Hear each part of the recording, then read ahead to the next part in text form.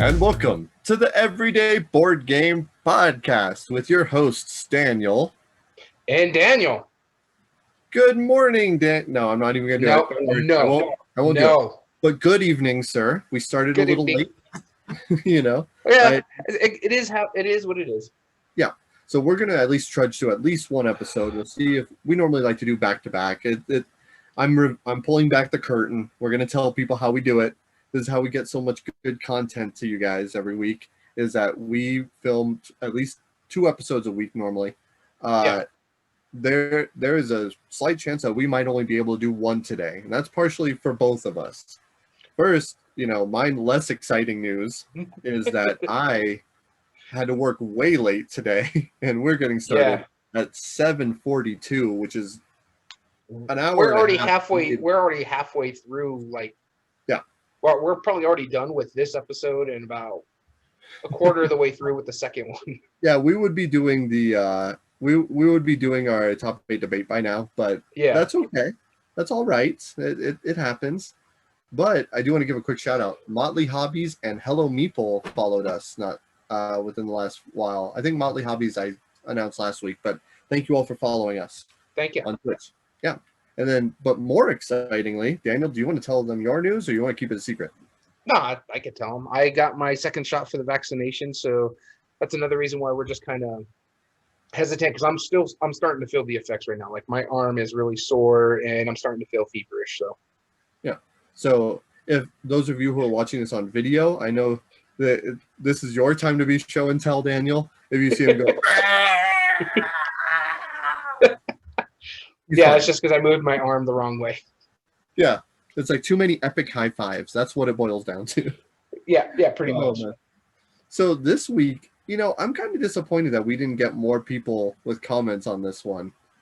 And I purposefully, we just got another one right now. But yeah, I just saw that.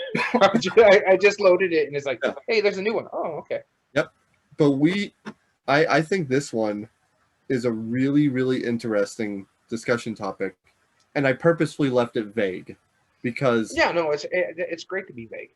Yeah, especially with what we're trying to do with this question that we're asking people. Yeah. So the question was very simple. How would you fill in these blanks? If you like blank, you'll definitely like blank. And we posed that to a whole group of gamers, specifically the Board Game Revolution community on Facebook, and we let them run wild with it. I haven't read any of the comments yet. We'll probably have to censor, blur out, all sorts of different ways of stopping the comments from being visible and or seen. No, I don't know. It's probably not that bad. No, there's just one that I think we need to skip over just because it's a self-promotion. Oh, well then. Maybe, yeah. That's pretty funny though. I like the way he does it. Well, also the first one I think we should pass over too. So I was thinking about that one. I'll go ahead and say it because I get where we're family friendly, and that's treading on some. All right. Well, that's fair. That's fair. It's slightly inappropriate, but basically, we'll give like a sum down, the cliff notes, if you will, of his comment. Yeah. Because I get what it's saying, and we'll just talk about that when we come to it. But before we do that, we have an ongoing segment that we like to do every week when we talk about our discussion topic, and that's a simple discussion topic. Daniel, what have you been playing lately? Interesting to note, I actually got some gaming in. So, spoiler alert here. I actually got a couple nights of gaming. I played some games with the wife, and then we actually went to a group of some friends of ours who are hosted us at their house. Both of them are vaccinated. My wife is fully vaccinated. I was already within my first shot, so we were very safe about what we were doing. And so... I'm shaking my head disappointingly because I'm jealous, not because I disapprove. So we did it safe. Well, I was already halfway vaccinated. Everybody else was fully vaccinated, so that was nice. So we got some game-ins, and I actually got some games to talk about compared to last week, where I only had 2 games. First one I'm going to start with is we got a game in Between Two Cities, the game that was given to us by Jamie Stegmeyer, and very happy with that generosity. Thank you so much. And I really like this game. It's been a while since I played it, so I took it there because it's a quick game. It plays really well. It's an easy drafting with tile laying, where you're building two cities, one with your neighbor on your left and one with your neighbor on your right. And it goes through 3 rounds. So what happens is you get 7 tiles. You draft 2 to play in each of your cities, and then you move the other tiles to the left for them to go through it. So you're drafting all these tiles, and you're trying to work with both your neighbors, trying to build the best city that you possibly can.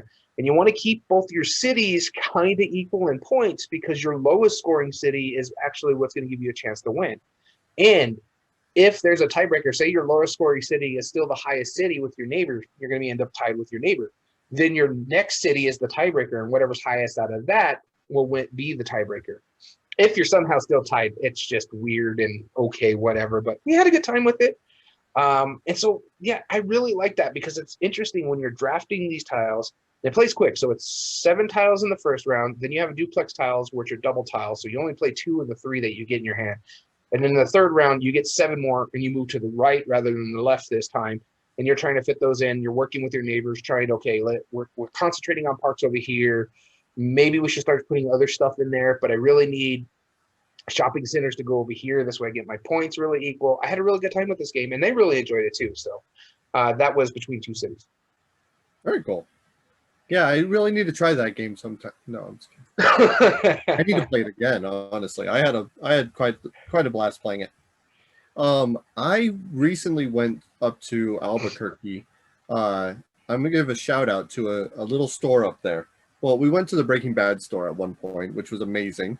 And then my father-in-law, who was with us, who's also fully vaccinated, our whole goal with that trip was to go on so many hikes that it would be ridiculous. Mm-hmm. And we really enjoyed ourselves because we went to all these national parks. We saw all these places that I didn't get to see when I used to live up there. And mainly because my kids were infants, so you can't really take them hiking too easily.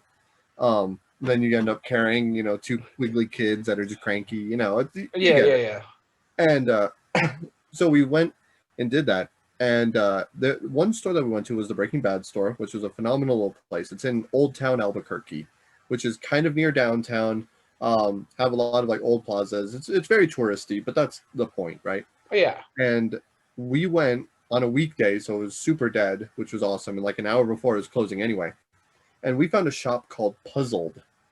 And it's a really interesting shop where the owners of it, I got a chance to talk with them. If you're in Albuquerque or in the area, go check it out because it's really fun.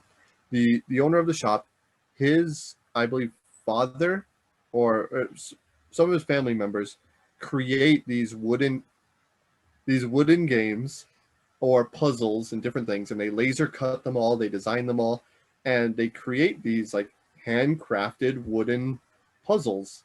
And Okay. they have so many there on demo and just to show off. And of course, like there's the classic one where it's like a weird shape and you have a bunch of pennies and you're trying to fit them in, or like tangram shapes and whatever.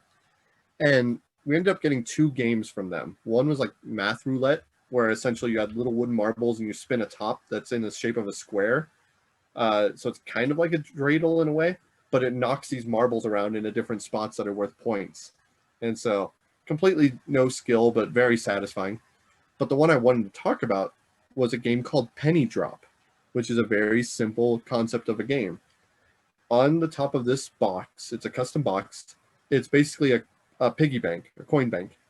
Okay. The numbers, there's 6 spots for it. There's 1 through 5, and then the number 6 is down below all of those. That's Okay. because number 6 is a hole that goes straight through into the box. 1 through 5 does not go through the box. So when you put a penny in the slot, it just stays standing there. And it comes with a custom wooden die, and it tells you to get 12 pennies per player. And you can do fewer or more, whatever, if you want to do it. It's kind of like a gambling game where you roll the die and you place a penny in the slot. If it's a 6, you just get rid of it. Your goal is to get rid of all your pennies. Mm. But if you put it in a slot that doesn't fall down, like let's say I put a 5 down, I can then choose to keep rolling or stop and pass the box to the next player.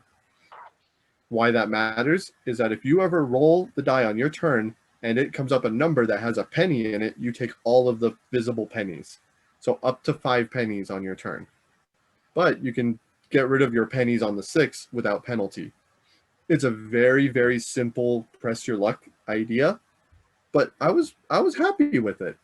It's a beautiful wooden creation. It's a simple game. You can make one on your own. It doesn't very simple, but it works.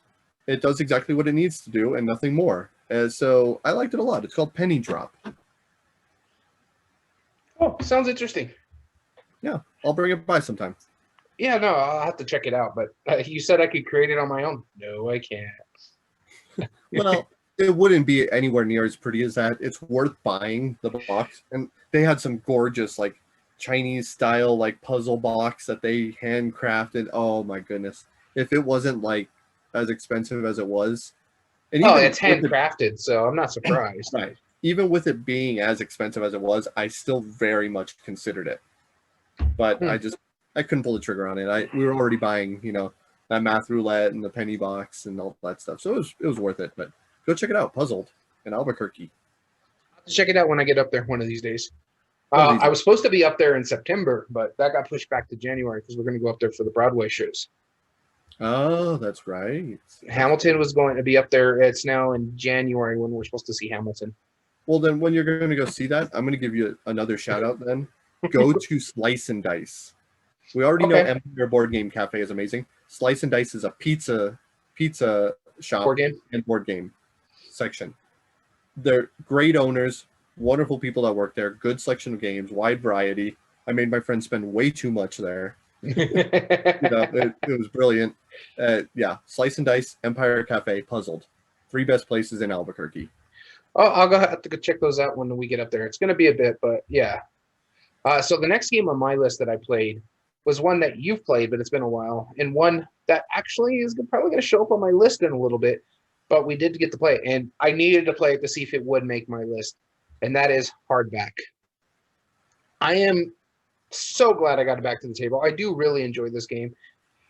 It's a word game that uses a deck building as its mechanism, and the first person to hit 60 points triggers the end game, and everybody gets a turn. This way, it's an equal number of turns. So if the first player triggers it, everybody plays the rest of the round. If the last person plays it, that's it. This way, it's an equal number of turns. You use your cards to spell words to either gain other letters that are in the tableau, or basically money, like a deck builder, or you get points off the cards that you use. What I like about it is that if you don't have a vowel in your hand, you can flip over a card. You don't get to get the power of it, or like if it's giving you a point or money, but you get to use it to help you with a wild. So if you just can't really figure out a word, you can flip it over and say, okay, here's worm. I didn't have an O, but I had everything else. So that's what I need. There's also 4 genre cards, just like in most deck builders. There's 4 different styles of cards. So this one you have mystery, horror, romance, and adventure, and they all play off each other really well. So if you do this, you get double the points, or you get this mystery, or is it mystery? No, it's it's mystery. You get to jail another card and basically lock it into your place that only you can buy on a later turn if you get the money for it. They work really well. Also, it allows sometimes certain cards will allow you to flip a wild card in your tableau if it's next to what you use. This way you could still get that ability. I like all the stuff on there. I like the fact that if you have a hard time spelling or you can't figure out a word, you can just lay your cards on the table and say, hey, I need a ghostwriter. Can you guys help me out? If you take the advice of somebody else, all they get is an ink, which is a good thing because it's also considered a penny, which is what the buying power is. Or they can use that ink to push their luck. And I love this part of it is that push your luck aspect, because if you use that ink, it allows you to draw another card. However, it's bang or bust. You have to use all 6 cards now. You can't just spell a 4-letter word and have 2 cards that you can throw away. You have to use all 6 cards. You can turn some wild, that's fine, but you do have to use the 6 cards. Unless you have an ink remover, which allows you to carry 6 cards, and then you get rid of that ink that you just had. So there's ways to mitigate everything. I had a really good time playing it. So Hardback. Cool. Yeah, I don't think I'm ever going to play this one. You've played it before. I know. I don't think that was it. I don't know. There was something about it that irked me. I don't know. It was weird. But everything irks you. Speaking of irking, I played. So I just recently signed up with the Board Game of the Month Club. from Button Shy Games, and so I just recently got my first pocket game from them, and it was the first solo only game that they made by Scott Alms, and that's Ugly Griffin Inn. And so the idea of Ugly Griffin Inn is that you have four cards that are considered in the bar, but you're also running an inn where people want to go and rest. You take one of the four cards from the bar, you send them to the inn in this little row, and then you go from the top down, reading all of their irks. If it applies, then they normally leave and then take other people with them, depending on what's happening. And then finally, you refill the bar with four, with bringing them up to four, and then you look and see if it triggers one of their other irks, like if it's too noisy or too smelly, or it's too loud, or that whatever the case may be, there's too much fighting at the end, and that might trigger their irks as well. Your goal is to have 7 characters sleeping in your inn by the time you run out of the deck. I really like solo games lately, ones that give you a lot of good choice. This wasn't bad. I don't know how much I'm gonna ever play this again though, because That's sad. yeah, and I really like Scott Alm's designs and such. Yeah, I yeah. had actually quite a quite a I was assuming that it was going to be really good, and maybe that was why. But But then it's just again, you also didn't care much for that big grandiose one that he did, Earth, Land, Air, Sea, or something like that. right. Yeah, I don't like that one at all. Yeah, Heroes of Land, Air, and Sea or There whatever. we go, that one. Gamelin.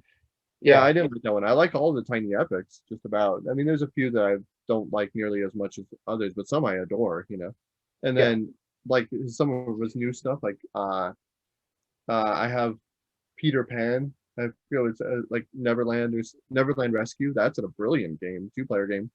And then Boomerang. That's a brilliant game. So I've been really trying to get more into Scott Holmes's designs, and he's been working on like solo games. So like this is like a perfect opportunity. The problem that I have is that you have 4 cards on the bar, and you have 18 cards total in the deck. So you have to go through all 18 cards. Technically, that's 14 cards, 14 rounds that you have to go through. You Okay. have to keep 7 of them uh, in the inn. So that means every turn, you read the 4 cards on the bar, then you read the 4 cards in the inn, then you refill the bar, and then read the 4 cards in the inn again. And that's 14 times through the game. I think that's the reason I don't like it as much. It's Hmm. fine. It's not long. It's about 15, 20 minutes. It's not bad. And a friend of ours, mutual friend of ours, Jim, he actually he played it and he was like, okay, I didn't hate this. This isn't bad. And he's not a solo gamer of any sense, but he played it and he probably liked it better than I did. So I mainly had him play it just to see if I was just not seeing something here. Yeah. So I don't know. It was all right though. I'm excited for more. I'm curious to see what else I'm going to get from this board game of the month club, but that was an interesting start. Huh, sounds interesting. Okay. I Yeah. don't play a lot of button shy games, so I'm not too familiar. They're the ones with Palm Island, right? That other solo game that you have everything on one. It's part of their No. wallet. I think Palm Island is part of their wallet series. Oh, geez. I don't think it is, but I may be wrong. Well, it comes What in like that leather thing, like their wallet series does stuff. So that's why I really? just assumed it was in one of their wallet. I'll look But into it. Oh, A Woods 00143 says it is not. Yeah, I thought it was a different game. okay. I mean, I know it came in that wallet, so that's why I was confused. Yeah. Palm Island specifically, you can play without the table, but you can like Yeah. walk around and play cards, Well, which is Palm pretty Island, you have to play in your hand, from what I understand, because you got to be moving stuff within that hand, but it can't really go anywhere else. right, which makes sense. My next game that I'm going to talk about is one we talked about a lot, so I'm not going to go too much into it. But we did play just one as well. We had a good time. It was a nice little palate cleanser for the end of the night kind of thing. And we played 2 games. They were quite quick. We did really good on the first one. I think we had 10 cards in our points, and we only lost 2 passes. Oh, But then we got cocky. We're like, maybe this is getting too easy for us. And the game put us in our place between choosing of the difficult words and be like, oh, what do we use for this answer? How do we describe it? And words getting eliminated. So we only had like one clue. And you're just sitting there like, I am proud of myself though, and I think that's why we got a little cocky. Is on the first playthrough, my one word answer was Robin, because somebody else met and they had one, and I only got one clue out of it, and I was like, Batman. Took a stab in the dark because we were doing so well, and I got it right. Yeah. And but the next time around, man, we were just getting thrashed by the cards, by the selections, and I don't So remember them all, but it's just everything was getting eliminated. You'd have like one word answer, and it could fit like 4 different categories. And so now, on just the to second clarify, game, is it code names or just one that you it played? was just one. I said. Oh, okay. I didn't hear that. My apologies. So if I did say it, it was just one. Yeah. And on that last clue, or one of them, I only had one word answers. People took a stab at it. We were losing cards that way, and we ended up with 4 cards in our point display. Wow. Second game. First game, we're like, all right, we're awesome. We did 10. Next one is like, nope, get back down there. So Like, just really one. Yeah, that's awesome. Good choice.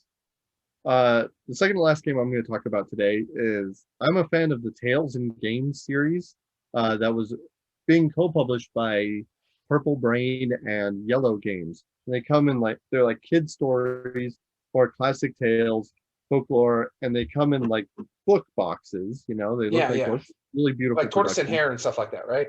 Yeah, Tortoise and Hare is one of them. Yeah, absolutely. And or is it that one? I believe so. Yeah, Tortoise and Hare is one of them. And I just got the 2 remaining that I don't have in the series, which was Lost in the Woods, which I haven't played yet, but then Jack and the Beanstalk. And they stopped numbering them all of a sudden, which is really strange. But Jack and the Beanstalk is a dexterity game where it comes with a bunch of green dice, and you are essentially stacking those dice one on top of each other, but sometimes adding in other things like magic clouds or like little pillars and stuff, which are extra strong things. Or if you run out of those things, there's like a whole hierarchy of what you stack on top of it. Or you put the giant's castle on top, which is a big piece on top of everything else. And you're basically just trying to keep everything upright. If you drop them, then you take penalties, or you don't. Everybody else who put like their little magic cloud things up there gets points, and obviously the person who drops it doesn't score those points. So it could be that I could stack up a whole bunch of my clouds, you just don't get the rolls, and then I break the tower, which nulls the round effectively. It's not bad. It's a super quick game. It's all right for being. I don't know. It's an easy game to learn, but for some reason it feels more complicated than it needs to be. You have to know what each of the 6 sides of the dice mean. Yeah. Which in itself is not that difficult, but then knowing, oh well, if I need to put this, but I'm out of these, so I put this instead, and then like that, it's just a little weird, but it goes by quick enough that I think it's a fine game. It was pretty good. Probably in the lower half though of the collection of the games so far. That was okay. Jack and the Beanstalk. I know, a bunch of negative reviews, isn't it? Yeah, you're really not happy with any of the games you played this week. Yeah, well, I haven't played that many games this week, and it just happens I'm talking about the ones that you did play, and we're like, eh. And so, speaking of games that we played this week that I really enjoyed, this is the one I was telling you about we played beforehand with the wife when she was like, man, she really enjoyed Jaws of the Lion. I want to play more Gloomhaven. Maybe we should just reset and start a new campaign. And I'm like, you know what? Last time we played this was in September 2019 as a campaign. So even before we had lockdown, it was still already an issue. And the fact when your wife says, hey, we should keep playing this game, which is also your favorite game, you're like, okay, I will do what I need to. I got the reset stickers and set everything up. And yeah, so I do have to let our former campaign partner know that we went ahead and reset it. And I do feel bad about it, but again, it's been before the pandemic. Well, it's been before the pandemic started. The last time we played the campaign part of it, the last play of regular Gloomhaven I had is when we showed you your copy of Gloomhaven, which was in December of 2019. Wow. So it's been a while. And so I was like, you know what? Let's do it. Let's have fun with it. Let's go on. I'm going to get it more consistent to the table now that we're playing it. So it might not be every week, and maybe every couple weeks or so that we'll get to the table. But hey, I'm not going to complain to play more Gloomhaven. It is my favorite game. Yeah. But man, was it a pain in the butt to reset the board. I wonder now, once you get to the point where let's say you and your wife finish the campaign. I know you'll want to keep playing it, and Frosthaven might be out by then. I don't know. Yeah, it's possible. Like, I say, me and my game group have played Time Stories for 6 years so far, and we haven't technically finished it. We have the last half of the last scenario that we played more than a year, but when we complete it, it'll be more than 6 years playing that game. And I don't know if I would ever want to go more after this. So I'm curious to see what you're gonna, or where it's gonna rank, like once you finish the campaign, if it's gonna stay as your favorite. I imagine Yeah, it no, will, it's interesting. I don't know. I think Jaws the Lion really helped grow my love of it because we transitioned a lot of the rules that we learned from Jaws the Lion because Isaac Childress says you can. Jaws the Lion is the best starter point for anybody getting Gloomhaven, and you carry those rules over. Like the line of sight is just so much easier to do in there. If it's 3 hexes, it's 3 hexes instead of trying to find that little corner. Does the corners meet and stuff like that? Much better line of sight, I think. And so that's what we carried some of those rules over. We started it up again, and we played the first 2 scenarios. In the second scenario, it felt a little too easy for us because I remember the first time we played it and we struggled. We had a hard time, and I'm like, mind you, we just played 19 games or so of Jaws of the Lion. Now we're transitioning into regular Gloomhaven. We already know how this system works. The first 2 campaigns that we played, or the first couple times we played the game, we didn't know how this worked or that worked or how this worked. We're veterans now going into a new campaign of it. And it's just like, yeah, it felt a little anticlimactic, but we're also smarter how we play our cards. So I think that's part of the thing. I know it's going to get difficult. It's Gloomhaven. And so we had a good time with it. I'm glad to restart it again and really, really dig into the campaign some more, especially since Frosthaven is about to come out. Yeah, that makes sense. Well, time will tell. We'll find out. When you finish it by next month, let us know. I don't know if I'm going to finish this. It took us about 3 months to finish Jaws of the Lion. I think this is going to take us about 8 months to finish the campaign if we're consistent. Well, if there's that much stuff in it. Yeah. Well, like with us, we got one of the random scenarios already unlocked because of a reward that someone got. And it's like, hey, pull this card. Now that's out there. And you're just like, we played 2 stages. How do we already have all this stuff unlocked? That's awesome. So the last game I want to talk about, yesterday was Easter Sunday. And we had a small little get together with a whole bunch of vaccinated people and then me. But why don't you tell the people the good news though? Before you get into it. I'm scheduled for tomorrow. Finally. No, like my mom's fully vaccinated and she came over because that's important. That's a pretty important holiday for her. And then a friend of ours and his mother came over. And then the last guest that we had, the only other guest was that a good friend of my son's came over, and he hasn't seen him in like another 12-year-old or 11-year-old. He hasn't seen him in over a year, and they are best friends. So I was like, okay, if there's a time, my son got straight A's again. He hasn't seen it. He deserves a reward. He deserves the reward, absolutely. So we had a little get together, and it was reasonable, and we had an Easter egg hunt and all this fun stuff. And then I asked everybody, we're all just kind of sitting around thinking, oh, well, what should we do? So I proposed, like, well, let's of course play a game. That's my idea. And my mom was like, all right, I want something simple. I'm like, okay, like what game would be perfect for we had 7 people playing, so like it had to be up there. But then also we had 2 parents. We had a group of like 4 adults or 3 adults, 2 like upper parents, and grandparents to some of these kids, and then 3 kids aged 9 to 11. So you can't do anything like inappropriate or anything.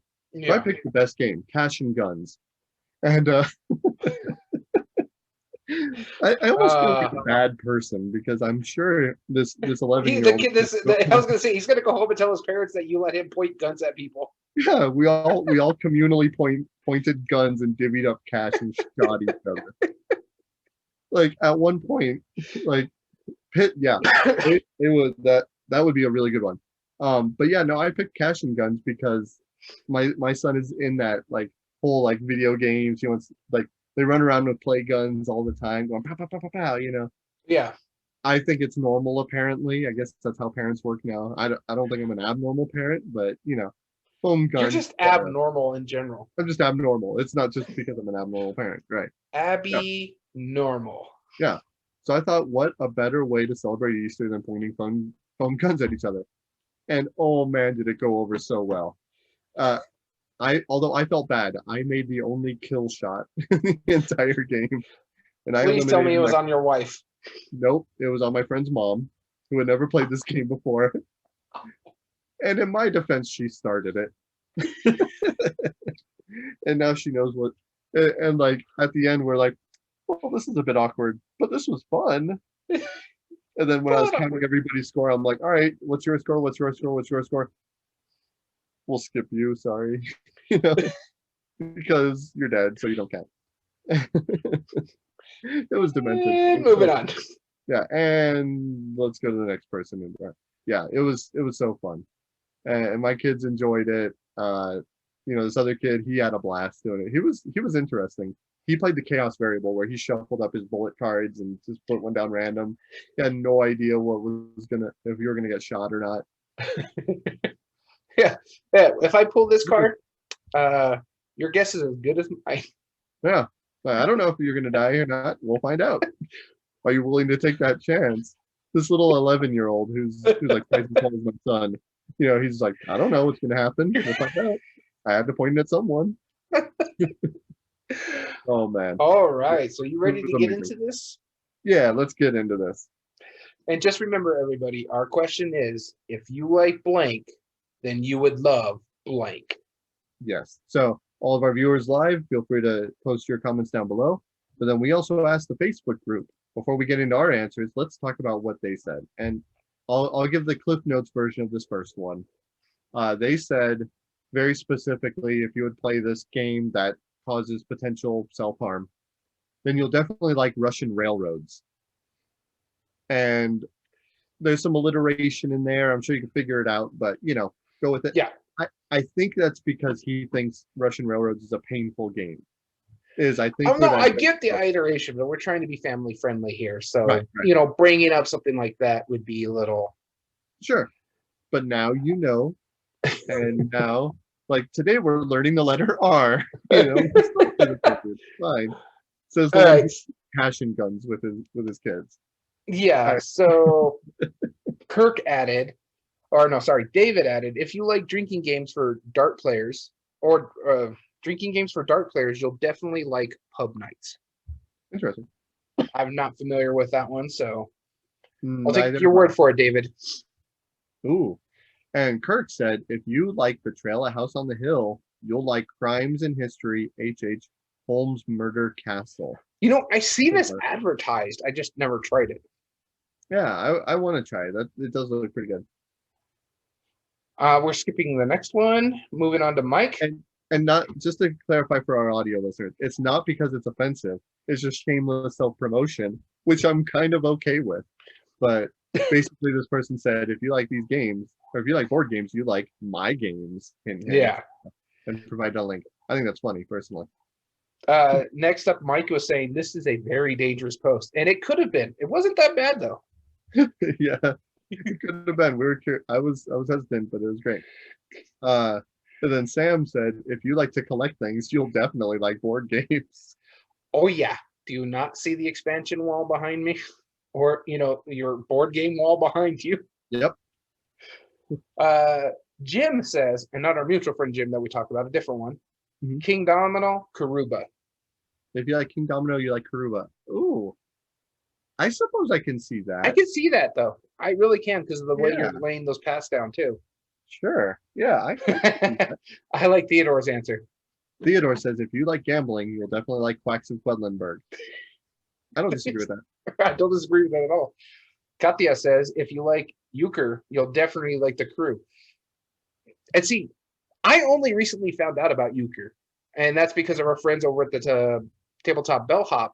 They talk about it because like it's big in their area. Euchre is what they used to play all the time. And I'm like, I have never heard of this trick taking game at all down here. I mean, you know what's amazing? I'm surprised that down here where we're at, Las Cruces, it actually we have a bridge club building. Like Hmm. there is a building that's dedicated to playing cards. I've never been in there because Neither have I. I'm afraid of how much they would destroy me. I would love every minute of it, but I don't think like can you imagine a bunch of like pensioners like just absolutely destroying like every dream you had to So no, play I like brilliant. that answer because one, I've never heard of euchre before till recently, and I think it's really big in like the Northeast and uh, northeastern area in Canada. I heard it was really big, popular. But I love the crew, so now that makes me interested to see how euchre plays. Right. All right. And then Tommy replied right at the end, if you like Dwellings of Elder Vale, you'll like Mystic or Terra Mystica. And we just got one in our Twitch chat here from A Woods, and he said, or they say, if you are a gamer who likes poker, you may like Ricci Mahjong. Yeah, I can believe that. I haven't played Richi Mahjong, but I do know Mahjong, and yes. Uh yeah. I love playing like any Mahjong variant. It's so fun. I don't know what it is about it, but there's something so fun about it. I would love to play in a Mahjong group. It'd be fun. I'll have to teach you guys how to play I've Mahjong. never played Mahjong, so I wouldn't know. I know a mutual friend of ours was looking for like a really nice set when we went on one of our trade-ins, but And that's because I showed him how to play it once, and he was looking for $100+ set. Like he wanted top of the line. He was sold after one play, and I think you would dig it, Daniel. I really do. I might. You know how I feel about like strategy style games because I'm not really good at strategy, but I'll give it Card a game. try. It's a card game. Huh? It's a card game. That's all it is. With tiles. Okay. Yeah. No, it is. Like so the tiles stand up on their own. Like you've seen like the fancy version of Hanabi Yeah, with yeah, the yeah. tile. That's what it is, really. But it's just a card game. It's like Gin Rummy more than Okay. anything. Yeah, no, I have no problem checking it out. Cool. All I'll right. show All you. right. You ready to get started into our topics here? Yeah, so okay. How did you come up with yours and how did you rank them? So I rank them just I try to group them together where it makes sense, honestly. My top four are if you like a certain game, then that you'll like this one or certain things like that. But like my first three that we're going to be talking about, I'm talking about like movies. And one there's I'll get to that one when we get to it, but there's an importance to it. So, Hmm, but yeah, I rank them. I try to do some. Hey, if you like this game, try or play this game, you'll like this one. Others, I was like, hey, if you like this thing over here, or movie in this case, as I talked about, why don't you try this over here? okay. I see what you're saying. Mine, I have like a collection of games or like if you like a genre of games and you'll like this. Or if you like or I don't think I have too much else of it. Yeah, most of them are like genres or games themselves. Into One of them like is a game slash mechanism, which I'll get to in a little bit. yeah. But I ranked them based on my number one is the one I'm almost like 100% confident on. And then the farther down the list, I'm a Well, little less. yeah, Yeah. my number one is my most confidence. I didn't really do confidence levels, like I said. I just try to group them together where it made sense. But my number one is literally the first one that came to my mind. Okay. Cool. That works. All right. So shall we do the coin of doom to decide Coin of who Doom. goes first? Absolutely. That's our tradition now. We need to start making custom coins of doom for our channel. All right, Tails, Tails never fails, you'll except for be when I'm starting calling it it. off. All right. So if you like blank, then you would love blank. And so this is again, these next three are going to be like my movie section in this. So a lot of my games, I also tried to pull from what Wingspan did, where it brought people from outside the hobby into the hobby. So these tend to be the more simpler games. When we get further into my list, they're going to be a little heavier. But so for my first one here is an easy one. If you like the Universal Classic Monsters, then you'll like Horrified because Yep. it gives you that feel. It's a simple game to teach and learn, so it's really good for new board gamers coming into the hobby. Um, It's very well produced. It's not overly expensive. I think it's like $35, but well produced about that. And what I like most about it, which could draw a lot of non-gamers in, is the little Easter eggs that they have in the game itself, with the universal monsters or the characters that you had, the villagers you have to save. I was like, that's Abbott and Costello that you have to save. And there, I just recently bought Abbott and Costello Meet the Mummy, and I forgot how much they make me laugh. That's such a classic movie. So just all those little Easter eggs, like if you watch those movies, you'll see, hey, that's Lucy from Dracula. That's this. Oh, that makes sense why we're doing this with Dracula, or why we're doing this with the creature from the Black Lagoon. And so for me, my number 8 here is, if you like the Universal classic monster movies or just classic monster movies, then you'll love Horrified. Very cool. All right. Yeah, I 100% agree with you. This one is the one I'm least sure of. I'm pretty confident in it, but I'm the least sure of this one. And that's, if you like Lords of Waterdeep, you'll like Stone Age. Now, hear me out. They're both worker placement. Yeah. They're both resource management. You're trying to get sets of things to fulfill like objectives. But Stone Age offers so much more for not much more complexity. It's still a very simple game to get into. In fact, you could get into Stone Age first and then play Lords of Waterdeep after. The only hitch that I think might be a category that might break that is if you're really into the Dungeons and Dragons universe, then you may not like that nearly as much. You know, that would be my only thing with it. Like, if you like the mechanism of Lords of Waterdeep, then I agree with you wholeheartedly. But if it's the theme that's drawing you in, there might be a little disconnection. Yep, exactly. Cool. Yeah, but that's my number 8. Very straightforward. If you like Lords of Waterdeep, try Stone Age. It's really worth a shot. All right. So this one just recently came to my list today because I was just thinking about it. My wife and I watched a movie last night, and that was one of the more recent ones that just hit theaters. So you could also get it on HBO Max, and that's Godzilla versus Kong. And it's like, oh, you know what would work? Because I just looked over at my shelf and it was sitting right there. And I'm like, boom, that's on my list. Now, I could have picked Godzilla Tokyo Clash. That gives you your kaiju monsters, the Prospero Hall. But I went with an easier one, King of Tokyo. And that's because it's such an easy game to teach. It's such an easy game to learn. A lot of people already know the mechanism of it because they're familiar with Yahtzee. Most people are. And so it gives you all that with such simplicity, plus kaijus, and you have your legally distinct from the actual monsters. So you have like something called King, and then the giant lizard, I forget what that one's called, and there's a metallic one and a T-Rex, and you can get like a Kung Fu Panda type character somewhere down the line.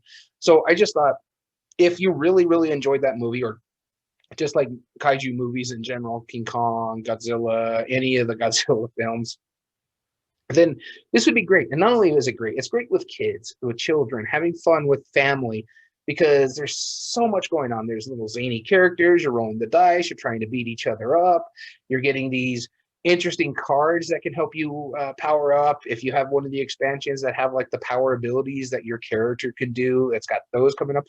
I just think if you really enjoy the kaiju movies, or recently Godzilla versus Kong, I think you should give King of Tokyo a try, because I think you would really love it.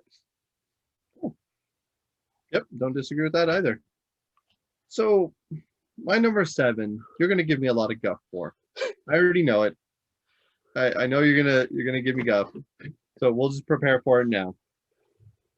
If you like classic card games, you're gonna like Matches, which is a game that isn't released yet. Now, I have my reasons for this, and that's because, yes, I'm biased. I designed this game. Let's lay that on the table. And it's coming soon, hopefully.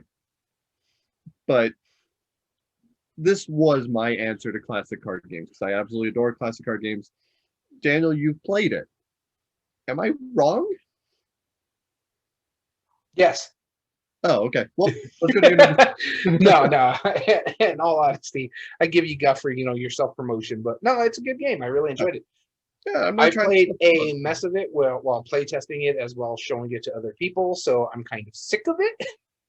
Sure, yeah, and that's understandable, but you can't deny, like, the people who play classic cards, that kind of It works really well every time. Yeah. So that I'm hoping I can't wait to show you guys that later on. I'm just gonna jump ahead to the next one, but that's if you like classic card games, you'll like card game matches. Always got to plug yourself, huh? I've been pretty good about it lately. All right, so this is going to be my last. If you like a movie, then you should play this game. This is also a bit heavier compared to some of the other stuff I was talking about, more family weight. This one is a lot heavier, in all honesty, but it does give you that feel. So this is more of my, if you like this movie and you're already a board gaming, then you'll love this game. And that is, the movie is Jurassic Park. Can you guess the game? Funkoverse. No, just kidding. I'm guessing Jumanji. No. Cosmic Encounter. No. Gloomhaven. Alrighty. Well, he, his brain keeps short circuiting over here. The answer is Dinosaur Island. It really does give you that Jurassic Park feel. You have the game that gives you the building, the actual amusement part of Jurassic Park. You have the resources to get you're gaining the resources to build your park, to get the DNA to build the dinosaurs. But then what I really enjoy about it is you got to push that envelope of, do I keep developing these dinosaurs, or do I pump some money into security this way they don't break out and start eating my visitors? Do you have enough money to pay the security, or you're going to lose some points because your visitors got eaten? But you're okay with the hooligans who are going to destroy stuff. So if they got eaten, you knock yourself out. So it's, and like your carnivores are going to make you more points than say a stegosaurus, because they're more dangerous. So there are going to be more attractions to it. That's why more people like to go see the lions than they do some of the antelopes or something like that. And so it works. It gives you that feel. You're building the DNA. You're building those creatures. It's a bit on the heavier side. It's a bit longer. It plays in quite a few phases, so there's a lot to learn. That's why this one specifically, I say, if you're already a hobby board gamer and you like Jurassic Park, then you'll love Dinosaur Island. Okay, I still need to try that one, so I can't belittle you on that one. I mean, I can, but it would be pointless. My number 6. And this is if you like any kind of wheeling and dealing games where you're negotiating and trying to make like arbitrary like trades and offers. So I want to say like Monopoly or Catan. You're gonna like Bonanza. Bonanza is the best wheeling and dealing card game in the world. Mm-hmm. And I can even go for like Pit. I can see the relation, like if you want Pit, but like you want to really just like mess with people's brains and wheeling and dealing, all you're doing is bean farming and set collection. That's it. But every phase of that game is just, it gets better and better and better as you play it. And you see, oh, well, I'll take your chili bean for one of these coffee beans. You know what? I'll give you 2 coffee beans if you don't give him the chili bean. Like I love stuff like that. It's so brilliant. The game goes over really well, and anytime you want that player interaction between people, that really should be your best pick. So no, I don't disagree. Pick Bonanza. I agree with you. I actually would play Bonanza over Catan or anything like that. Mm-hmm. I would play Bonanza over Pit. It was mentioned earlier about the wheeling and dealing and trading. Bonanza is just that's the game I would go to. It's that good. Yeah, now that I think about it, if you like Pit, you should go Happy Salmon. Okay. Yeah, no, for real. That's a good one. But anyway, that has nothing to do with my list. All right, so moving on to my number 5 here. And this one is a bit different. I guess you could say this is the one I was telling you about, that it doesn't really fit with all the other stuff. So like my next 4 all fit in the category. The last 3 fit in the category. This one is if you have a history buff in your family. I am a said history buff in my family. Then especially specifically if they're into like the Civil War or that kind of era, or just American history, then you'll love Freedom, the Underground Railroad, because of how good the historical setting is in this game. It is by far my favorite historical setting board game out there. Now, disclaimer, there is going to be heavy topics that I'm going to be talking about here about this game. So if you have issues with the history of slavery and what the Underground Railroad is for, you can go ahead and skip ahead of the video if you're watching this on YouTube. I won't have timestamps because I'm still trying to figure that out, but you can skip ahead for a little bit. As well as audio listeners, just a heads up, this is coming as well, so you might want to skip ahead a few minutes or so. But as I was saying, that the history buff in your family and you want to show them a modern board game, this would be that pick.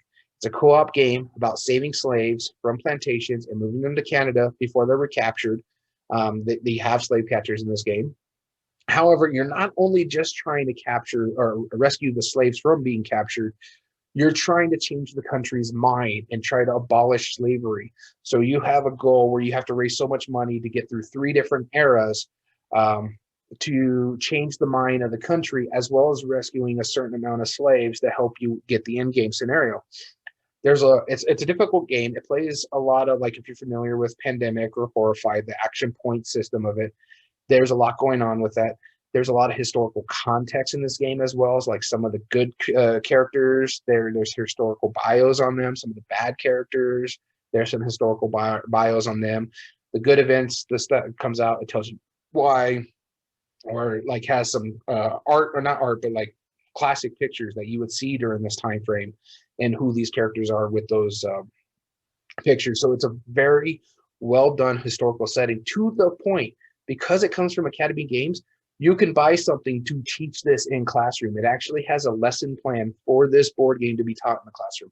So I have to say, this is just so full of history that it's very important, especially if you have that history buff in your family. Very cool. I still can't wait to play this. I'm looking forward to this. It's been on my wish list for years. It has. My number 5, completely changing the subject, apparently. I went with co-op tower defense kind of style games, but one is the opposite end. If you like Castle Panic, you'll probably like Thanos Rising. And the reason I think that is because they're very different games, but they are both, fictional themed tower defense games. But Thanos Rising, it's not a tower defense. It's really the opposite of that, actually. You're trying to break down the tower in the middle, which is kind of, but I feel like it has a lot of the same flavor. They're almost just as light as each other. Thanos is a little more complicated, of course, but I mean, you're rolling dice. You're trying to take out the bad guys while getting better and better good guys. In Castle Panic, it's just straight up just survive, whereas Thanos Rising, you're building an engine too on top of it. But I feel like you're more beholden to the dice, so it balances out if you want that light mood. But yeah, that's my number 5 pick, Castle Panic. You'll like Thanos Rising, or just in general, any of the Rising games too. If you're not into Marvel, then they have a Harry Potter, they have a SpongeBob, they have a Batman, they have Star Wars. If you want to import it from the European Union or the UK, whichever, you have your choice in that matter. But no, I don't disagree with you on that. Cool. That's the first half. All right. So my last half is all board games compared to other board games. Let's see. Okay. Mine is not. Okay. So the first and foremost one I have on here is a lot of people who played classic games growing up. One of the more famous ones is Scrabble. And so I say, if you like Scrabble, and I talked about it at the top of the order, so there was the spoiler, then you would love Hardback. I think a lot of people, if you like the spelling kind of games, it's really good and very similar, especially when you're talking about like modern board games. There's not really a lot of spelling games out there. You got like Bananagrams and Unspeakable Words and a few others out there. I think you have one like Werewolf Word or something like that. Werewolves is more like 20 question. But there's Letter Tycoon, Bywords from Sid Saxon. Yeah, there's a few others. Worderific. That's another one that comes to mind. Those are the ones I like personally. So yeah, but I like this because especially a lot of people really like deck building, and I like the fact that this one is a lot more forgiving than a lot of games, because you can use the wild cards, you can ask for help, and all they get is an ink out of it that can actually hurt them later on or just help them buy something. It really does involve a lot of deck building. There's the push your luck, spelling the words. It's real simple. I like how cards combo with one another. It's a fun game. I understand why some people don't like it. I enjoy it. In fact, if you don't like hardback, I've heard paperback is a little different, but similar in the same way. So you can also try paperback. It's made by the same person. I think paperback was first, and hardback is the upgraded version. But I think you could find paperback right now in Barnes & Noble. I recently saw it there. So if you don't want to try hardback, then paperback as well. Yeah, well, it should work. Cool. Yeah. Okay. Uh, I'm just giving you guff. I'm sorry. I have no It, rules. it makes more sense than It's a Lords of point. Waterdeep and Stone Age. It does. It does. I give you that. My number four. This is one of those weird ones where if you like one of them, you'll probably like the other, and that's because they do very very similar concepts. And that is Spice Road and a classic game called Bazaar. If you like one of them, you're probably going to like the other one, and that's because the whole premise of Century Spice Road is you're basically trying to get sets of different colored spices or cubes, or in the Golem version, it's gems. You're trying to convert them. Like one green gem, you might be able to play a card that gives you two yellow gems, or one might give you like upgrade a yellow gem to a red gem, or like all these different weird ways to convert it. And you're building this engine of cards in your hand where you're trading these spices, slowly upgrading them, and getting them to be much better to trade them in for victory point cards. It's an absolutely brilliant design, but it takes a lot from the idea of the game Bazaar, which is an old classic game from the 60s, maybe early 70s, latest, but where you are trying to convert the same ideas. You get like there's 10 different panels that you can bring out two at a time. And they might say, okay, well, you have a green, yellow, and a white coin will give you a blue coin. And a blue coin might give you two red coins. And you could convert in any way you want because you want to be absolutely as efficient as possible. And what that means is that when you buy one of the cards, which always has 5 coins on it of different colors, when you buy it, the remaining coins that you have determine how many more points you get. So for example, if I buy it and I have 0 coins, that's like 5 points right there. But if I have 1 coin, I'm only getting 3 points because I wasn't as efficient. Or if I have like 3 or more coins, it's only worth a point. So it's not even worth it at that point. Hmm. Yeah. But you see what I'm saying is that it's a game of efficiency. Uh, Century Spice Road has a little more engine building, but it also doesn't have that really neat twist. Like you're just limited to 10 spices at the time.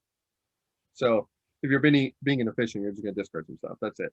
But you don't really get like the goal isn't to be super efficient. It's just to build this massive engine that lets you keep going and comboing. So I think either one, if you like one and you're familiar with one, you should try the other. Absolutely. Okay. I can't. I've never played Bazaar, so I can't give you any gruff about it. You talk about it quite a few times recently, so Yep. sounds interesting. Yeah, I can't wait to show you this. It's fun. So you remember your Lords of Waterdeep in Stone Age, and I gave you guff. Here's Yep. one that you could give me guff. And I chose, if you like Monopoly, it's specifically the roll and move aspect of Monopoly, and there are people who like it. Sure. Then you should at least give Merlin a try, because Okay. No, I see. again, I see I was what you're doing. specifically going Go for the ahead. roll and move part of it, because Merlin allows you a lot more choices and stuff like that. You're not beholden to you are beholden to where you land, just like you are in Monopoly. However, it's more for actions than anything else, and it made a really good game around a specific thing a lot of people grew up with and enjoyed, the rolling and move part. I went with Monopoly, but it could basically be any roll and move, but Monopoly is the most famous one.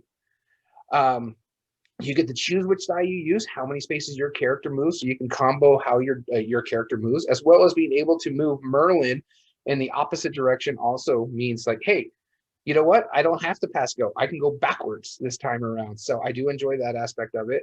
It leads to a lot of good choices, a lot of meaningful choices, and so that's my number 3 pick, and that's my stretch. Do you know why I'm giving you this look? Why is that? Because who likes Monopoly for the roll and move part of it? I mean, I know how you added other I ones, actually know family members who do. So people are like, hey, like let's play Monopoly because I really like rolling dice and moving random amounts. No, it's because they like really it enjoy because the ability to trading. actually get certain things out of it if no one's there. So they're like, come on, or let me get to this point. Let me get the right roll that I need. I know that part's kind of exciting, but man, you jump from like gateway everybody plays wrong game to a Stefan Feld. Think about this for a minute. I'm not No, no, saying no, no, no, no, no. complicated, I don't but it disagree. ain't I said easy. there's going to be there's two complicated games on my list. I just put this one further back because again, I grouped things. So You've heard it here first. Daniel said, if you like Candyland, you like Twilight Imperium 4th edition. Like he said it right there. You know, that's what we're I don't know if working they with. would like Candyland versus Twilight Imperium. Oh, absolutely. They're both colorful. If you like, Hey, I no, told you, a I better did tell you this example, was my stretch. All right. a better example would be Monopoly to Twilight 4th edition because they both take 6 hours. If you like wasting time in a board game for a really long time, at least play something good. All right. So you remember all that guff that you just gave me, or I just gave you? No. Yeah. No, I think you're gonna agree with this. If you like solo games, you need to play Onirim, hands down. Like God, that is the solo game. that is the solo game. No, I don't disagree with you at all. It's a free app. What's wrong with you? Go play it. Like Yeah, it's a it's a free good app. game. It's one of those games that I legitimately felt paying $40 for a card game that I'm only gonna play myself is absolutely worth it. Oh no, 100%. it's phenomenal. It's a great game. I It haven't doesn't played the card game myself, but yeah, it doesn't retail at 40. It retails at like 25, I think, is the normal price for it. But it was out of print at the time, and I was like, okay, yeah, I want this in my life because it's amazing. no, it's really good. No, I don't disagree So, with you on yeah, that pick at all. If you and like now, solo gaming, then Onirim is the yeah, top choice, really. yeah, it really is. Yeah, all the others, there's too much random elements. There's too much craziness. No, this you could mitigate the whole time. You yes, you have random roll or random card draw, but really it's like that's Yeah, meaningless no, compared to it's fine. how well you can manipulate it. Yeah, It's an absolutely brilliant game. you ready for my next one here? Because you know how you gave me guff for like Monopoly because it came out of left field with stuff on field. This Uh, one doesn't come out of left field. So if you have family members who love the classic game Risk, and Risk was one of my favorites growing up, then and I'm going a little back here, but you should try, or at least they'll really enjoy, I think, Small World. Um, I think the area control aspect of both those games are really well done. The dice rolling is still there, so they'll still have fun with it, but it leads to a lot more laughter because you have like one or two possibilities. Well, you have three possibilities: one, two, or nothing. And so I think that's great. Have a good time with it. It's real fun. I haven't really played Small World in a while myself because I got into gaming. One of the games I had was Small World. It really was that kind of classic feel, that game of Risk where you're trying to take as much land as you possibly can, get your points, and then run away. So it gives you that Euro feel that you get nowadays and still gives you that area control, the chucking dice and having fun. The only difference here is that you had actual armies, and this is fantasy races with different powers. But I think people would really, really enjoy that part of it. It's fun. You still, like I said, get to throw dice, and it's funny when they come up because it's like I just need one. I just need one. I just really I get a 3 now when I don't need it, or 2, whatever it is, or blank. Oh, really? Come on. So it leads to a lot of fun. And to top it all off, it works on two aspects of it because if you like World of Warcraft, hey, guess what? They got a small world version of it now. yeah, which has one of the best names in gaming, Small World World of of Warcraft. Warcraft. I love that. So yes, my number 2. If you like Risk, then you'll love Small World. Okay, so my last one is incredibly safe, and I'll explain why. This is pretty much a shoe-in. If you like Roll Through the Ages, and I'm taking a leap in the dark here, because I have not played this other game. If you like Roll Through the Ages, you'll like Era, because essentially Era is the reworking of Roll Through the Ages. It's technically heavily inspired and re-implemented from it. But no, here's the thing now. That's like me saying if you like what is it, Civilization, or what is that? Through the Ages, then you would like Nations because Nations was heavily inspired by Through the Ages. The point where it was so good that more people wanted to play Through the Ages that they had to make a new Civilization or Age of Discovery, whatever. I can't remember the name. Nations. That's what I'm looking for. That they had to make a new version of Through the Ages. No, but there are enough differences between the game because the original one was just a roll and write, some resource management, and you're filling in like some boxes on like some of the buildings. Like it's pretty arbitrary, like which boxes you're building. But everything else is just what resources you have. Where Matt Leacock went back and revisited it, and now you have like this big grid with beautiful building pieces, and some building pieces will let you roll better dice for different things, and some will give you special abilities, and some will score in different ways. So it's more than just that. It's the next level up. But once again, it was the predecessor to it. So yeah, I mean, no, I get it. Just had to give you a little guff about that. No, I don't disagree with you, but that's what I'm saying. It's incredibly safe because if you already like that one, you're technically kind of playing the same game. You're just playing like the new iteration of it in a new, fresh light. So I feel it's a good chance. All right. Yeah, sure. I've only played Through the Ages, so I don't even know much about Era to really give you more grief than what I just did. Yeah, and that's why it's safe. So my number one, though, I think is the one that really came to my mind. Now, I've talked about one of these games a lot, especially recently. And so my number one is, if you like Dungeons and Dragons, you'll enjoy Gloomhaven, Jaws of the Lion. And I specifically said Jaws of the Lion because it's the easier one. It really is. It teaches you how to play it really well. But I say this like this. If you enjoy Dungeons and Dragons, but you're not good about making a campaign or the storytelling part of it, and you need something that gives you that feel, this is the game for you. And mainly because Jaws of the Lion itself has these simpler rules. It's an easier price point to get into as well. Much easier than paying, what, $150 for base Gloomhaven versus $50 at Target or something like that. So it's a much easier price point to get in.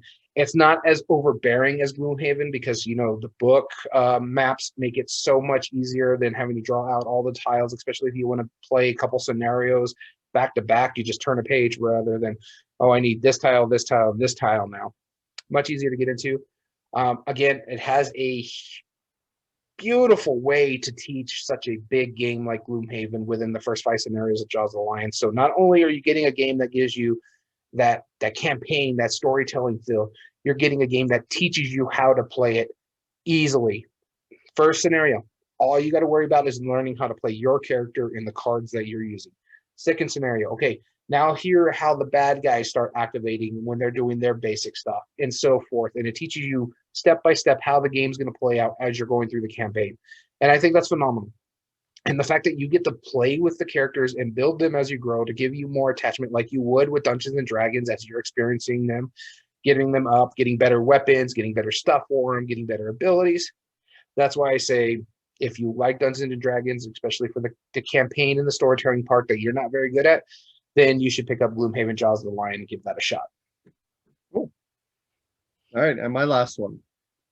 I picked, if you like this game, you'll like either of these 2 games. And I picked 2 other games. And this, I'm going to tell you the first part of it, and I want to see if you can guess what the 2 games are.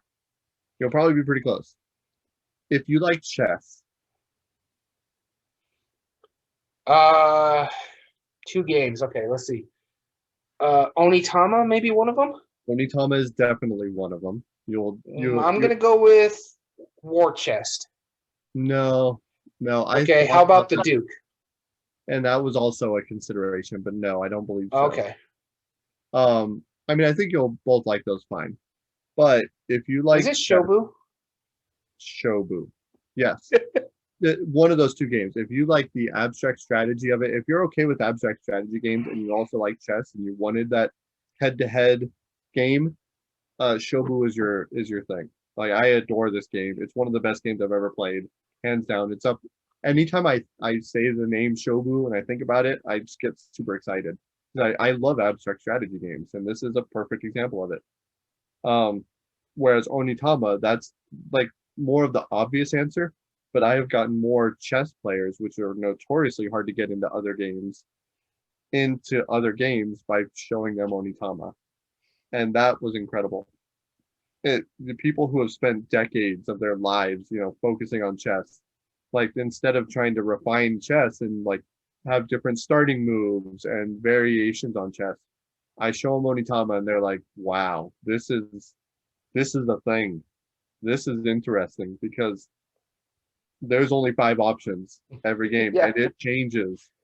Like you have to rethink your strategy every single time. You can't plan opening moves. You can't plan all these other things. Yeah, it's absolutely brilliant.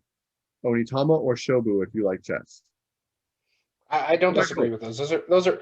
I'm not a huge fan of Shobu. I'm fine with it. It's not that great in my eyes. I agree wholeheartedly with Onitama, just because it gives you that Mhm. that chess feel, but with some flair, I guess you could say. It's chess better. That's I right. can't. Said it. I, Chess. I won't disagree with you, but I Yeah. didn't say it. He did. Throw down the gauntlet. It's chess better. Hands down. All Anyway. righty. So that's our list. If you like it, enjoy what you want. Well, that was a non-committal answer. You know what? If you've enjoyed ours, and even if you don't, we appreciate it. And that's what I say. I just don't want to be my other family friend, unfamily, family friendly that I was going to use. That's why I was just like, wait, don't use that word.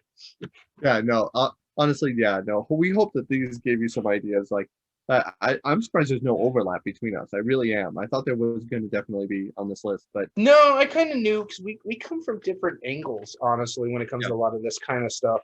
Like I said, I was pulling in like what Wingspan, like, hey, you're a movie, here, come get this. And then my other ones were like, hey, the normal, if you like this game, try this part of it or something like that. But the yeah, the closest one that I considered was I was gonna say if you like Pandemic, you like Horrified. that was Um, actually on my short list. yeah, but I knew you would throw Horrified in there because that's really your baby. I adore Horrified, but that's really your baby. I just think with Horrified, it needed to be on something like this list, whether it be like Pandemic or the Universal monster movies, because I see it again. I'll mention this like I did at the top. Wingspan pulled in non-hobby gamers to play a hobby game, and I Yeah, can see Horrified being that same capabilities because it's not overly complicated. It's simple to go or to know and play and get used to, and it adds something people already like. So I see Horrified as one of those games that can draw people from outside the hobby. yeah, yeah, definitely. Cool. Well, we hope you enjoyed our list. This has been a fun one to make and definitely completely off the wall. Um, this was kind of a difficult list for me to make, but I Yeah, feel like, actually, it was quite difficult. I only finished it up this morning because I was like, I just had to rack my brains. Big yeah, part of it too is that I played hardback over the weekend. I'm like, okay, this is going to go on my list yeah, now. And like, I and I, needed to play it just to get that feel again. yeah, I couldn't help but think of stuff like if you like Crusaders, you'll probably like Trajan. If you like Werewolf, you might like Deception. If you like LCR, you'll probably like Get Wild, which is the new game from the op, like so other things like that, but those feel like revamps of the same mechanism, and just like, Yeah, oh, that's we why I took the try to theme. be different. Like I did like movies and I did Mm, historical aspects and I did board gaming. So I did the obvious, but I tried to give it a nice mix. yeah, And that's why they weren't in like a particular order, except for my number one. It was just more these make sense over here and these make sense over here. So let's just kind of keep them all together. cool, awesome. Well, we appreciate you all for listening as always. If you ever want to join us live, like A Woods did, our good friend, and any other live viewers that joined us today on Twitch, you can at twitch.tv/everydayboardgames. As well as you can find all video re-uploads on YouTube at Everyday Board Games 2020. If you like what we do, then please give us a subscribe, like on the video, as well as a comment and tell us which is your favorite game on the list or fifth list category. Doing this helps us grow immensely on the platform, as well as all audio versions can be found on most podcast platforms under Everyday Board Games. This includes Spotify, Google, Amazon Music, and Podbean. And if you have an idea for a future discussion topic or even a top 8 debate, don't send it to the Dice Tower. They don't need the help. Send it our way at everydayboardgames2020@gmail.com. As well as you can give us those ideas at our official Twitter account, which is at EBG Podcast. So, as always, we appreciate you for tuning in. I've been Daniel, And I've been Daniel. and we want to thank you for listening to Everyday Board Games. Have a good one.